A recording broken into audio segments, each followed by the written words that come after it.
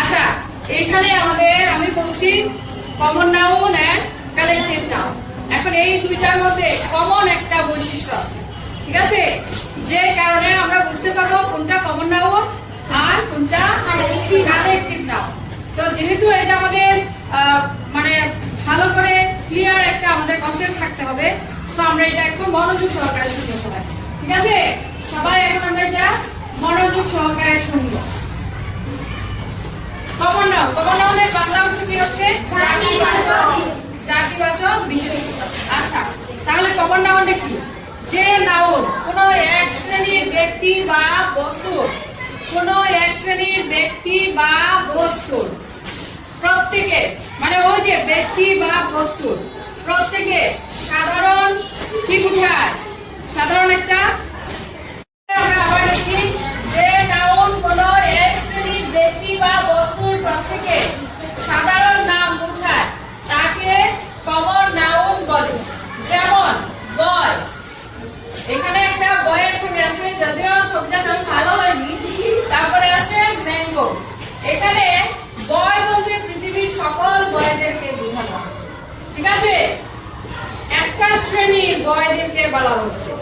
আবার ম্যাঙ্গো বলতে আমকে বোঝানো হয়েছে, কিন্তু কোন আম সেটা কিন্তু বলা হয়, ঠিক আছে?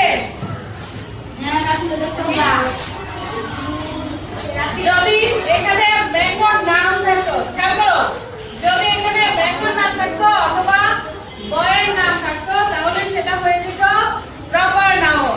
গতকাল আমরা বলছি না, যদি এগুলো নাম মেনশন করা থাকতো তাহলে সেটা হয়ে যেত প্রপার নাউন।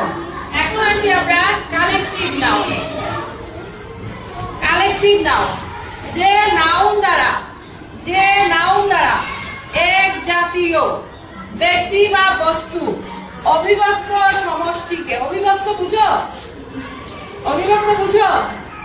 বোঝো না? অবিভক্ত হচ্ছে, ধরো খেলার একটা টিম আছে, এ দল বি দল, কিন্তু এখানে কোনো বিচ্ছিন্ন হবে না, এ দলের সবাই বি দলের সবাই অবিভক্ত, ঠিক আছে? যেটা ভাগ করে না, অবিভক্ত সমষ্টিকে যেটা ভাগ করে না সেটা তো সমষ্টি একসাথে বোঝায়, তাকে কালেকটিভ নাউন বলে।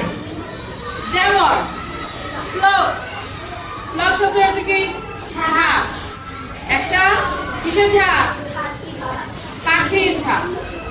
ব্যান্ড দল, আর্মি সেনাবাহিনী। হার্ড পাল, এই যে ভেড়ার পাল।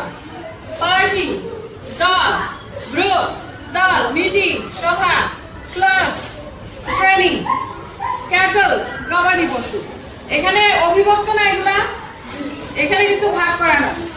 তাহলে কালেকটিভ নাউনে কি বলছে? এক জাতীয় ব্যক্তি বা বস্তু অবিভক্ত সমষ্টিকে, মানে একই রকম একই জাতীয় সমষ্টি বিশেষ।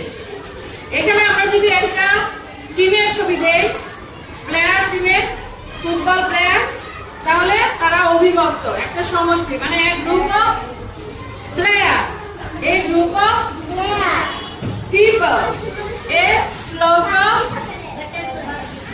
bird, a flock of bird, a set of tools, a group of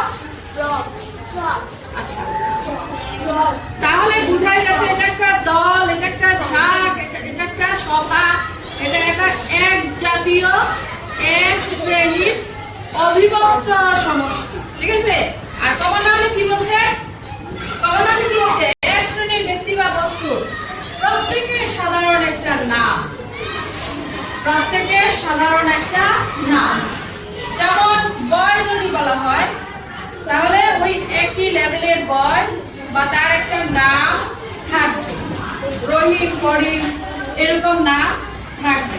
তাহলে এটা আমরা কি ক্লিয়ার বুঝতে পারছি? Common noun and collective noun. হ্যাঁ, এটা একটা দল আর এটা একটা জাতির সাধারণ একটা নাম। আশা করি সবার কাছে এই জিনিসটা ক্লিয়ার হয়েছে।